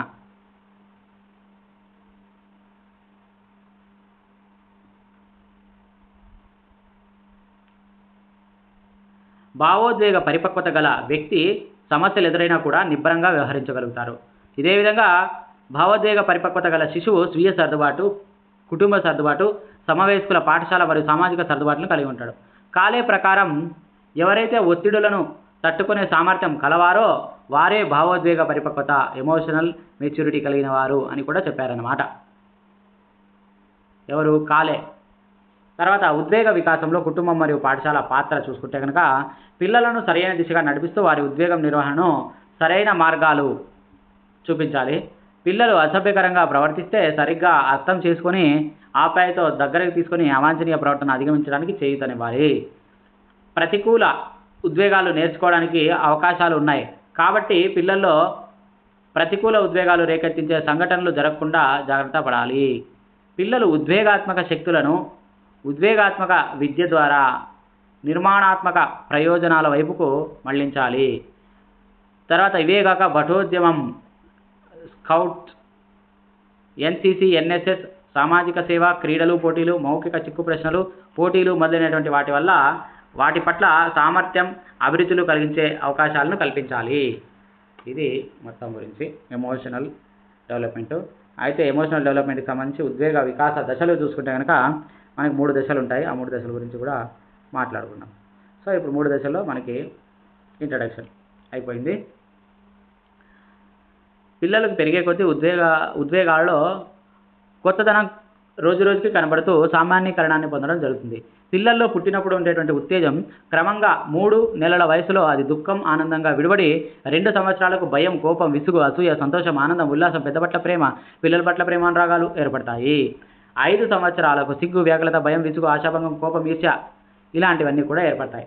పుట్టుక నుంచి అంతఃస్రావ గ్రంథులు చురుకుగా లేనందున ఉద్వేగ ప్రతిస్పందనలు మొదట అతి సౌమ్యంగా ఉండి రాను రాను గ్రంథులు చురుకుగా పనిచేయడం కొద్దీ ఉద్వేగాలు తీవ్రతరం అవుతాయి. అయితే శైశవ దశకు సంబంధించి ఉద్వేగ వికాసం తీసుకుంటే శైశవ దశలో ఉద్వేగాలకు 2 విశిష్ట లక్షణాలు ఉన్నాయి. ఒకటి, ఈ దశలోని ఉద్వేగాలు వయోజనులు, కౌమారులు, బాల్యం నుంచి బాగా విభేదిస్తాయి. అంటే వారికి ఉద్వేగాన్ని కలిగించే ఉద్దీపన తీవ్రతకు అవసరమైన దానికంటే ఎక్కువగా స్పందిస్తారు. మనకి ఎంత నొప్పి ఉంటే అంతే అరుస్తాం, కానీ శైశవ దశలో కొంచెం నొప్పి ఉంటే దానికి డబల్ ఏడుస్తారనమాట. సో అది విషయం అనమాట. ఉద్వేగాలు తక్కువ సమయమే ఉంటాయి. ఇతరుల వైపుకి దృష్టి మరల్చగానే ప్రస్తుత ఉద్వేగాన్ని మర్చిపోవడం జరుగుతుంది. రెండోది ఏంటంటే ప్రజ్ఞాత్మకంగా తక్కువ అభివృద్ధి వల్ల పూర్వం అప్రియమైనటువంటి ఉద్వేగాలు కలిగించినటువంటి ఉద్దీపనల పట్ల అదే విధమైనటువంటి ఉద్వేగాన్ని పెంచుకుంటూ అంటారు. ఈ దశలో కనిపించే ఉద్వేగాలు కోపం, భయం, కుతూహలం, ప్రేమ, సంతోషం మొదలైనవి. ఇంకా పూర్వ బాల్య దశ గురించి తీసుకుంటే పూర్వ బాల్య దశలో ఉద్వేగాలు ఎక్కువ తీవ్రంగా తరచుగా వస్తూ ఉంటాయి. కాబట్టి వారితో వ్యవహరించడం కొంచెం కష్టం. ఇవి అసూయ, తీవ్రమైన భయం, హఠం వాటి ద్వారా ప్రకటించబడతాయి. ఉద్వేగాలకు కారణం మాత్రం మనోవైజ్ఞానికమైనదే కానీ శరీర ధర్మానికి సంబంధించింది కాదు. శైశవ దశలో ప్రారంభమైనటువంటి కోపం, భయం, కుతూహలం, సంతోషం, ప్రేమతో పాటు ఈ దశలో అసూయ, ఈర్ష్యలు కూడా ప్రారంభమవుతాయి. శైశవ దశలోని కారణాలు కాక కొన్ని కారణాల వల్ల ఉద్వేగాలు ఉత్పన్నమవుతాయి. అయితే కథలు వినడం, బొమ్మల సినిమాలు చూడడం వంటి వల్ల కూడా ఉద్వేగాలు అనేవి ఏర్పడతాయి. ఈ దశలో ఈర్ష్య, అసూయలకు కారణాలు తల్లిదండ్రుల దృష్టి వీరు కాకుండా ఇతరులతో పంచుకోవడం జరుగుతుంది. లేదా తాము చేయలేని పనిని ఇతర పిల్లలు చేయటం, వారి దగ్గర లేని వస్తువు ఇతర దగ్గర ఉండటం, ప్రత్యేకంగా లింగపరంగా బాలల ఉద్వేగ ప్రకటనలో తేలాలు ప్రారంభం అవడం అనేది ఇక్కడ జరుగుతుందన్నమాట. సో ఈ రకంగా పూర్వ బాల్య దశలో ఉద్వేగ వికాసం జరిగితే ఇక్కడ ఉత్తర బాల్య దశలో ఉద్వేగ వికాసం ఏ రకంగా జరుగుతుందంటే పిల్లల ఉద్వేగ ప్రకటన ముఖ్యంగా అనాహ్లాదకరమైనటువంటి ఉద్వేగాల ప్రకటన అనేది వారి వయస్సుకు, వారి సాంఘికంగా ఆమోదించదగినది కాదని వాళ్ళు అనుకుంటారు. సో వారి వయస్సు వారు హఠం చేయటం చిన్నపిల్లల ప్రవర్తన లాగా ఉంటుందని వాళ్ళు గమనిస్తారన్నమాట. భయానికి పారిపోవటం పిరికితనం అని భావిస్తారు. ఫలితంగా వారు బలమైన ఉద్వేగ నియంత్రణ దృఢంగా కలిగి ఉంటే దాన్ని నేర్చుకుని ఉంటారన్నమాట. పూర్వ బాల్య దశలతో పోల్చదగినప్పటికీ కొన్ని విషయాల్లో విభేదిస్తాయి. మొదటిది ఏంటంటే వాటిని రేకెత్తించే పరిస్థితులు, రెండవది వాటిని ప్రకటించే తీరు. దీనికి కారణం ముఖ్యంగా ఉత్తర బాల్య దశ నాటికి కలిగే అనుభవం, అభ్యసనం, పరిపక్వత కారణంగా ఈ రకంగా వాళ్ళు కంట్రోల్ చేసుకోవడము అనేది జరుగుతుంది అన్నమాట. సాధారణంగా ఈ దశలో కోపం అనేది వారి పట్ల ఎవరైనా తప్పుగా మాట్లాడినప్పుడు కదులుతుంది. ఈ దశలో కూడా పరిసరాల్లోని కారణాల వల్ల తీవ్ర ఉద్వేగాలకు లోనైనప్పటికీ ముందు దశలతో పోలిస్తే ఉద్వేగపరంగా ఇది నెమ్మదిగా ఉండే దశ. ఈ దశలో ఉద్వేగ వికాసంలో ప్రత్యేక అంశం ఏంటంటే ఉద్వేగ కెతార్సిన్. మనలను మనం ఉద్వేగ ఒత్తిడి నుంచి కాపాడుకోవడం కోసం చేసే పనిని ఉద్వేగ కెతార్సిన్ అంటాం. ఇందులో అవలంబించేటువంటి పద్ధతులు అనేకం ఉంటాయి, కానీ ఎక్కువగా యత్నదోష పద్ధతి ద్వారా అవలంబించుకునేవే తప్ప ఇవి మార్గదర్శకం ద్వారా కాదు. ఇలా కొంతమంది ఆ సమయాలలో ఏదైనా ఆటను ఆడటం లేదా దగ్గరి స్నేహితులతో చెప్పుకోవడం వంటి పనుల ద్వారా తమను తాము శాంతపరుచుకుంటారు. భావోద్రేక వికాసం దగ్గర చూసుకుంటే అభ్యసనం, పరిపక్వత అనే 2 కారకాల మీద ఆధారపడి ఈ భావోద్రేక వికాసం ఉంటుంది. ఉదాహరణకు మొట్టమొదట శిశువు పాము అంటే భయపడ్డు, కానీ పాము హాని చేస్తుందనేటువంటి విషయాన్ని క్రమేణా తెలుసుకొని పాముకు భయపడడం స్టార్ట్ అవుతుంది. దీన్నే భావోద్రేక వికాసం కింద చెప్పుకోవచ్చు. అదేవిధంగా వయసు పెరిగే కొద్దీ ఉద్వేగ పరిపక్వత అనేది ఏర్పడుతుంది. ఇంకా నెక్స్ట్ వచ్చేసి మనకి ఉద్వేగం తర్వాత అయిపోయింది. ఇంకా భాష గురించి ఉందన్నమాట. భాషణ వికాసానికి సంబంధించి మనకి శాస్త్రవేత్తల ప్రకారం ఎవరెవరు ఏమనుకుంటున్నారు అనేది ఉంది. సో దాని గురించి మాట్లాడుకుంటే అమెరికాకు చెందినటువంటి మనోవిజ్ఞాన శాస్త్రజ్ఞుడు స్కిన్నర్, ఈయన దృక్పథం ఏంటి భాషణ వికాసంలో అంటే బిఎఫ్ స్కిన్నర్ ప్రకారం అభ్యసన అంటే ఏదో ఒక కార్యం నేర్చుకోవటం. అందుకే ఇతడు ప్రతిపాదించిన సిద్ధాంతానికి కార్యసాధక నిబంధనం అనేటువంటి పేరు పెట్టారు. స్కిన్నర్ ప్రకారం అనుకరణ, పునర్బలనం ద్వారా భాషను పిల్లలు వేగంగా అభ్యసించడం జరుగుతుంది. అంటే అనుకరణ, పునర్బలనం ద్వారా భాషను పిల్లలు వేగంగా అభ్యసించడం జరుగుతుందని తర్వాత పదాలను శిశువు ఉచ్చరించినప్పుడు పునర్బలం కల్పించడం ద్వారా పదాలను నేర్చుకుంటాడు. అంతేకాక కొత్త పదాలను ఉచ్చరించినప్పుడు శిశువుకు తగినటువంటి ప్రోత్సాహాన్ని తల్లిదండ్రులు పెద్దలు అందించడం ద్వారా ఉచ్చారణ దోషాలను సరిచేయటం వలన తమ భాషా సామర్థ్యాన్ని పెంపొందించుకుంటారు. పాఠశాల దశలో పిల్లల పదజాలం అత్యధికంగా అభివృద్ధి చెందడం జరుగుతుంది. రేడియో, టెలివిజన్, టీవీ ప్రసార మాధ్యమాల ద్వారా పిల్లలు తమ సంభాషణ సామర్థ్యాన్ని పెంపొందించుకోవడానికి దోహదం చేస్తాయని స్కిన్నర్ అభిప్రాయపడ్డాడు. ఇంకా భాషణ వికాసానికి సంబంధించి బండురా దృక్పథం చూసుకుంటే కెనడాకు చెందినటువంటి ఆల్ఫ్రెడ్ బండురా సాంఘిక సంజ్ఞానాత్మక వికాస సిద్ధాంతం ఈయనది. సో దీని ప్రకారంగా ఇతని ప్రకారం శిశువు తల్లిదండ్రులను పెద్దవాళ్లను వాళ్ళు మాట్లాడే భాష తీరును పరిశీలించడం అనుకరించడం ద్వారా భాషను వికాసం చేసుకుంటాడు, అంటే భాషా వికాసం జరుగుతుంది అని ఈయన అభిప్రాయం అనమాట. శిశువులు పెద్దల భాషను అవధానంతో నిశితంగా పరిశీలించడం వినటం ద్వారా భాషాభివృద్ధి పొందుతారు. బండురా ప్రకారం శిశువు ఏ ప్రాంతంలో అయితే నివసిస్తాడో ఆ ప్రాంత భాషను పరిశీలించి అనుకరించి ఆ భాషను నేర్చుకోవడం జరుగుతుంది. కనుక ఒక్కొక్క ప్రాంతంలో నివసించే శిశువులు ఆ ప్రాంతానికి సంబంధించిన భాషలు నేర్చుకోగలుగుతారు. ఇది బండురా దృక్పథం. బండురా దృక్పథం ఏంటి? పరిశీలించడం, అనుకరించడం. అక్కడేంది ఫస్ట్ స్కిన్నరు పరిశీలన, పునర్బలనం. ఇక్కడ పరిశీలన, ఇంకోటి ఏంది అనుకరణ. పరిశీలన, అనుకరణ. తర్వాత భాషణ వికాసం నోమ్ చామ్స్కీ దృక్పథం ప్రకారం అమెరికాకు చెందినటువంటి శాస్త్రవేత్త నోమ్ చామ్స్కీ భాషా గ్రహణ సిద్ధాంతం ఈయన చెప్పినాడు. సో దీని గురించి చెప్పినాడు. పిల్లలు భాషను నేర్చుకోవడానికి అనువైన అంతర్గత సహజ సామర్థ్యంతో జన్మిస్తారంట. సో శిశువు మెదడు భాషా నిర్మాణానికి అవసరమైనటువంటి నిర్మాణాలుండి ఎప్పుడైతే శిశువులు భాషా వినికిడికి గురి అవుతారో అప్పుడు అవి పనిచేయడం ప్రారంభిస్తాయన్నాడు. సో దీన్నే భాషా గ్రహణ యంత్రంగా అంటే లాంగ్వేజ్ అక్విజిషన్ డివైస్గా పేర్కొన్నాడు. తదుపరి అదే అన్ని మానవీయ భాషలకు సాధారణ అంతర్గత సూత్రాలుగా సార్వత్రిక వ్యాకరణంగా ఉండగలదని భావించాడు. ఆ తర్వాత శిశువు పరిసరాలలోని పెద్దల భాషను ఈ భాషాగ్రహణ యంత్రం ద్వారా ప్రాథమిక భాషా దత్తాంశాన్ని, అర్థాన్ని, వ్యాకరణాంశాలని రూపొందించుకోగలదు. ఎవరి ద్వారా? పెద్దల భాషల ద్వారా ఈ యంత్రం అనేది ప్రాథమిక భాషా దత్తాంశాన్ని, అర్థాన్ని, వ్యాకరణాంశాన్ని రూపొందించుకోగలదని చెప్పాడనమాట. ప్రపంచంలోని అన్ని భాషలకు ఇదే వర్తిస్తుందంట. తర్వాత శిశువు మెదడులో సార్వత్రిక భాషా సూత్రాలను, సార్వత్రిక వ్యాకరణ నిర్మాణాలను నిక్షిప్తం చేసుకోగలిగే సామర్థ్యం పుట్టుకతో కలిగి ఉంటుందని చామ్స్కీ పేర్కొన్నాడు. ఇది ప్రపంచంలోని అన్ని భాషలకు వర్తిస్తుందని చెప్పాడు. చామ్స్కీ ప్రకారం పిల్లలు మెదడులో నిక్షిప్తమైనటువంటి సాధారణ వ్యాకరణ సూత్రాల నిర్మాణం లేదా సాధనం ద్వారా పరిసరాల్లోని భాషా నిర్మాణంను అవగాహన చేసుకుంటారు. భాషకు సంబంధించినటువంటి ప్రాథమిక దత్తాంశమును సాధారణ భాషా సూత్రాల ద్వారా వ్యాకరణ పరిజ్ఞానంను మరియు నియమాలను కొంత యత్నదోష ప్రక్రియల ద్వారా పెద్దల భాషకు సరిసమానంగా రూపొందించుకోవడం జరుగుతుందని అభిప్రాయపడ్డాడు. ఇంకా తర్వాత సంభాషణని అర్థం చేసుకోవడానికి ఏమేమి జరుగుతుంది, ఎట్లా ఏం కథ అంటే శిశువులు ఇతరులు చెప్పినటువంటి విషయాలను అర్థం చేసుకోగలరు కానీ వ్యక్తం చేయలేరు చిన్నప్పుడు. కాబట్టి ఇంగితాలు, ముఖ కవళికలు, స్వరస్థాయి మొదలైనటువంటి విషయాల ఆధారంగా శిశువులు వ్యక్తపడుతున్నటువంటి విషయాలను ఇతరులు అర్థం చేసుకోవడం జరుగుతుంది. ఇది వారి ప్రజ్ఞా స్థాయి మీద, మాట్లాడుతున్న వ్యక్తి ప్రోత్సాహం మీద ఆధారపడి ఉంటుంది.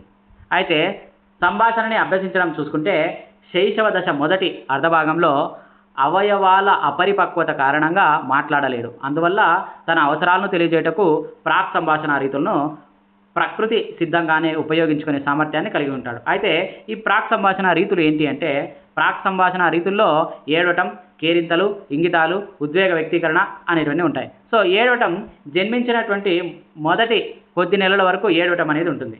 తర్వాత కేరింతలు వికాసం చెందుతాయి. కేరింతల నుంచి సంభాషణ సామర్థ్యం వికాసం చెందుతుంది.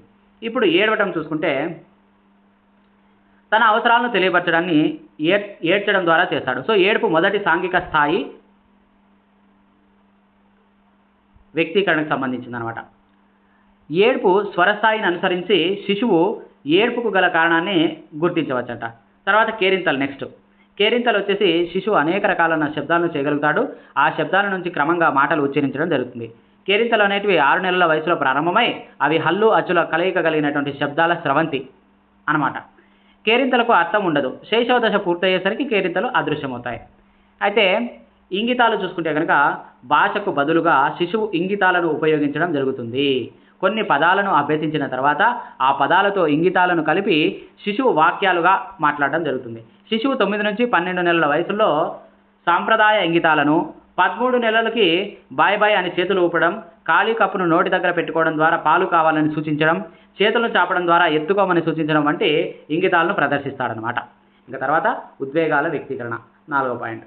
ఇక్కడ ఉద్వేగాల వ్యక్తీకరణ అత్యంత ముఖ్యమైనటువంటి ప్రాగ్ భాషా రూపం. శిశువు తన ముఖ కవళికల ద్వారా తమ ఉద్వేగ స్థితులను వ్యక్తపరచడం జరుగుతుంది. ఉద్వేగాలను నియంత్రించుకోలేరు. అందువల్ల వారు చెప్పదలుచుకున్న విషయాలను వారు ముఖ కవళికలను, శరీర కదలికలను అనుసరించి మనం గుర్తించగలం. ఇతరుల ముఖ కవళికల ఆధారంగా శిశువు ఇతరులు చెప్పదలుచుకున్న విషయాలను కూడా గ్రహించగలుగుతాడు, తెలుసుకోగలుగుతాడు. కాబట్టి పూర్వ బాల్యంను ప్రాక్ పాఠశాల దశగా పేర్కొనవచ్చు. ఈ దశ అన్వేషణాత్మక దశ అని కూడా మనం మాట్లాడతాం. ఈ దశలో అనేక ప్రశ్నలు వేస్తూ తమ పరిసరాలను తెలుసుకోవడానికి ప్రయత్నిస్తారు. ఇంకా తర్వాత భాషా వికాసం గురించి మనం మాట్లాడుతూ, పిల్లలందరిలో భాషా వికాసం అనేది ఒకే వేగంతో జరగదు. ఒక శిశువు భాషా వికాసాన్ని ఇంకొక శిశువు భాషా వికాసంతో పోల్చకూడదు. ఒకవేళ ఏదైనా తేడాలుంటే నిపుణులను సంప్రదించాలి. భాష ద్వారా వ్యక్తీకరించినటువంటి విషయాల కంటే పెద్దలతో మాట్లాడినప్పుడు ఎక్కువ విషయాలను అర్థం చేసుకోగలుగుతారనమాట పిల్లలు. కాబట్టి సగటున మగ పిల్లల్లో కంటే ఆడపిల్లల్లో భాషా వికాసం ముందుగా జరుగుతుంది. ఇప్పుడు భాషా వికాసం తీసుకుంటే మనకి 7 రోజుల్లో తల్లి వాక్కును, 2 సంవత్సరాల వయసులో తండ్రి వాక్కు, ఇతరుల వాక్కుకి మధ్య తేడాను గుర్తించగలిగే స్థాయి ఉంటుంది. 3 నెలల తర్వాత అచ్చులను పోలిన శబ్దాలను, తర్వాత 6 నుంచి 8 నెలల వయసులో అచ్చులను పోలినటువంటి శబ్దాలతో పాటు హల్లులను పోలిన శబ్దాలను కూడా కలిపి చేయడం, డాడా, మామ వంటి శబ్దాలు చేయడం జరుగుతుంది. 15 నెలల వయసులో ఇతరులు చెప్పినటువంటి ఆజ్ఞలను అనుసరించి ప్రవర్తించగలగడం జరుగుతుంది. అచ్చులు, హల్లుల శబ్దాలను చేయడం ప్రారంభించినప్పుడు ఈ శబ్దాలు మాటలుగా ధ్వనిస్తాయి. 15 నెలల వయసులో దాదాపు 10 మాటల్ని ఉచ్చరించగలుగుతాడు. ఇంకా 18 నెలల వయసులో దాదాపు బంతి లాంటి నామవాచక పదాలను, తనకు ప్రాధాన్యత గల వ్యక్తుల పేర్లను భాషతో పాటు ఇంగితాలను కలిపి ఉపయోగించడం జరుగుతుంది 18 నెలల వయసులో. ఇదే వయసులో ఒక పనిని కాకుండా ఒకదాని తర్వాత ఇంకొక పనిని చేయగలుగుతాడు. తర్వాత 2 సంవత్సరాల వయసులకి వచ్చేటప్పటికే సరళమైన పదాలను కలిపి వాక్యాలుగా చేస్తాడు. 3 సంవత్సరాల వయసులో 4-5 పదాలను కలిపి వాక్యాలుగా చేసి తాను విన్న మాటలను మళ్ళా చెప్పడం చేస్తాడనమాట. తర్వాత 4 సంవత్సరాల వయసు వచ్చేటప్పటికి భాషకు సంబంధించినటువంటి అనేక వాక్యాలను అర్థం చేసుకోగలడు. వస్తువుల మధ్య భౌతిక సంబంధాలను అర్థం చేసుకోగలడు. ఉదాహరణకి కింద, పైన, పక్కన మొదలైనవి ఇదే వయసులోని పిల్లలు వారి పేర్లను, వయసును, లింగాన్ని చెప్పగలడు. తర్వాత అంతేకాకుండా సర్వనామం ఉపయోగించడం కూడా ఈ 4 సంవత్సరాల వయసులోనే ప్రారంభించడం జరుగుతుందన్నమాట. వాడు, వీడు, ఆమె, ఈమె ఇట్లాంటివి కూడా వాడతాడనమాట. తర్వాత పూర్వ బాల్య దశ భాషను ఉపయోగించడం ప్రారంభం. పూర్వ బాల్య దశను భాష ఉపయోగించడం పూర్వ బాల్య దశలో భాష ఉపయోగించడం ప్రారంభమవుతుంది. ఉత్తర బాల్యంలో బాలలు భాష అనేది అహంకేంద్రీకృతంగా ఉంటుంది. అంటే శిశువు తన గురించి, తన అభిరుచుల గురించి, తన కుటుంబం గురించి మాట్లాడడం సర్వసాధారణం. సాంఘిక సమూహాలు విస్తృతమైన కొద్దీ బాలల భాష కూడా సాంఘికీకరణం పొందడమే కాకుండా తక్కువ అహంకేంద్రీకృతం అవుతుంది. ఇక తర్వాత ఆలోచన వచ్చేటప్పటికి పియాజే ప్రకారం భాషని ఉపయోగించి అనేక విషయాలను మనస్సులో పొందుపరచుకోవడం జరుగుతుంది. భాషకి క్రియకి ఉన్న సంబంధాన్ని తొలగించడం ద్వారా సమర్థవంతంగా ఆలోచించడానికి అవకాశం పెరుగుతుంది. భాషకి క్రియకి మధ్య సంబంధాన్ని తొలగించడం ద్వారా, పదాలను ఉపయోగించడం ద్వారా తాత్కాలిక అనుభవాల పరిమితిని అధిగమించడం, ఆలోచించడం సాధ్యమవుతుంది. ఇంకా భాషను ఉపయోగించడం ద్వారా వర్తమాన, భవిష్యత్, భూతకాలాలకు సంబంధించినటువంటి విషయాల గురించి ఒకే సమయంలో ఆలోచన చేయవచ్చు. ఇది భాషకి ఆలోచనకి మధ్య ఉన్నటువంటి ఈ సంబంధం. పూర్వ బాల్య దశల్లో పిల్లల్లో భాష వేగంగా వికాసం చెందడం జరుగుతుంది. ఇంకా భాషలోని ఉపవ్యవస్థలు ఫోనాలజీ, సిమాటిక్, ప్రోగ్మాటిక్స్ గురించి తీసుకుంటే, ఫోనాలజీ అంటే ఏంటంటే ఇది మనం ఉచ్చరించే శబ్దాల క్రమాన్ని నిర్ణయిస్తుంది. భాషకు సంబంధించినటువంటి క్లిష్టమైన శబ్దాలను విన్నప్పుడు భాష తెలిసిన వ్యక్తి సులభంగా అర్థం చేసుకోవడం జరుగుతుంది. ఈ సామర్థ్యాన్ని భాషను అభ్యసించడం ద్వారా పొందడం జరుగుతుంది.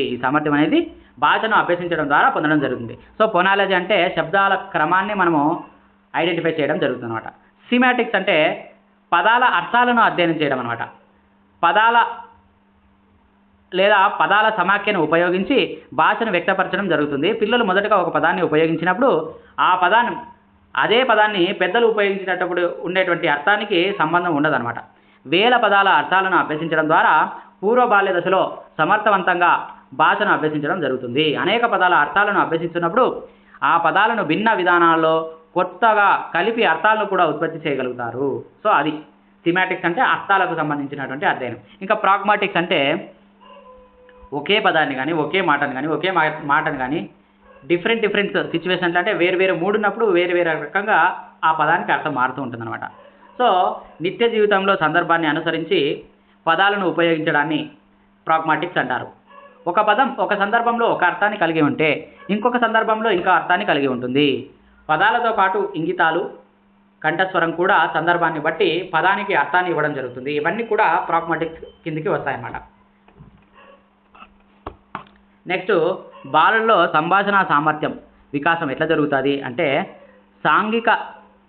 సాంఘికంగా సమూహం మన్నన పొందడంలో సంభాషణ అధిక ప్రాధాన్యత కలిగి ఉన్నట్టు ఉత్తర బాల్య దశలోని బాలలు గుర్తిస్తారు. ఇందుకోసం ముఖ్యంగా క్రింద కనపరిచినటువంటి 3 రకాల విషయాలను భాషణ సామర్థ్యాన్ని పెంపొందించుకోవడానికి దోహదపడతాయి. అదేంటంటే కుటుంబం, సమవయస్కులు, పాఠశాల ఇవన్నీ కలిపి భాషను అంటే మాట్లాడే విధానాన్ని పెంపొందించుకోవడానికి ఉపయోగపడతాయి పిల్లలకి. ఇప్పుడు బాలలు అభ్యసించే కొన్ని ప్రత్యేక తరహా పదాల గురించి మాట్లాడితే మర్యాద, దయచేసి, నమస్కారం, గుడ్ మార్నింగ్, బాయ్ బాయ్. రంగులకు సంబంధించి వచ్చేసి సాధారణంగా ఉపయోగించే కొన్ని రంగుల పేర్లు, తర్వాత పాఠశాలలో అతి తక్కువగా ఉపయోగించబడేటువంటి రంగుల పేర్లు నేర్చుకోవడం జరుగుతుంది. సంఖ్యలను అంటే లెక్కించడం, తర్వాత అభ్యసించడం, సంఖ్యలకు సంబంధించినవి చేయడం జరుగుతుంది. తర్వాత కాలానికి సంబంధించి పెద్దలు ఏ స్థాయిలో కలిగి ఉంటారో అదే స్థాయిలో మళ్ళీ డెవలప్ అవ్వడం జరుగుతుంది. ఇంకా రహస్య పదజాలాన్ని ఉపయోగించడం అంటే కభాష, చభాష ఇట్లా ఉపయోగించడం కూడా జరుగుతుంది అనమాట భాషాభ్యసనం. ఇంకా తర్వాత ఉచ్చారణ అంటే పొరపాట్లు జరగవు. ఉచ్చారణలో పిల్లలకి సంబంధించి సహజంగా పొరపాట్లు జరగవు, కానీ కొత్త మాటలు ఉచ్చరిస్తున్నప్పుడు పొరపాటు చేయవచ్చు. కానీ పెద్దల ఉచ్చారణ చేసినప్పుడు గమనించి పొరపాట్లను సరిదిద్దుకోవడం, లేక పెద్దలు, ఉపాధ్యాయులు లేక ఇంకా వేరే ఎవరైనా కానీ ఉచ్చారణ చేస్తే ఆ ఉచ్చారణ దోషాలు సరిదిద్దే ప్రయత్నం చేయాల్సి ఉంటుందన్నమాట. ఇంకా వాక్యాలను నిర్మించడం గురించి చూసుకుంటే అన్ని రకాల వాక్యాలను నిర్మించగలిగిన సామర్థ్యం బాలులకు ఉంటుంది. 6 సంవత్సరాల వయస్సు నుంచి 10 సంవత్సరాల వయస్సు వచ్చే వరకు వాక్యాలను సమర్థవంతంగా నిర్మించలేకపోయినా 9 సంవత్సరాల వయసు వచ్చేసరికి పొందిక గల పెద్ద వాక్యాలను నిర్మించగలరు. సో ఇది మనకు సంబంధించినటువంటి సెకండ్ పార్ట్. ఇంకా థర్డ్, ఫోర్త్ పార్ట్ ఉంది ఈ సెకండ్ యూనిట్కి సంబంధించిందే. అక్కడ ఇంకా డీటెయిల్గా మనం భాషకు సంబంధించిన విషయాలను కూడా నేర్చుకుందాం.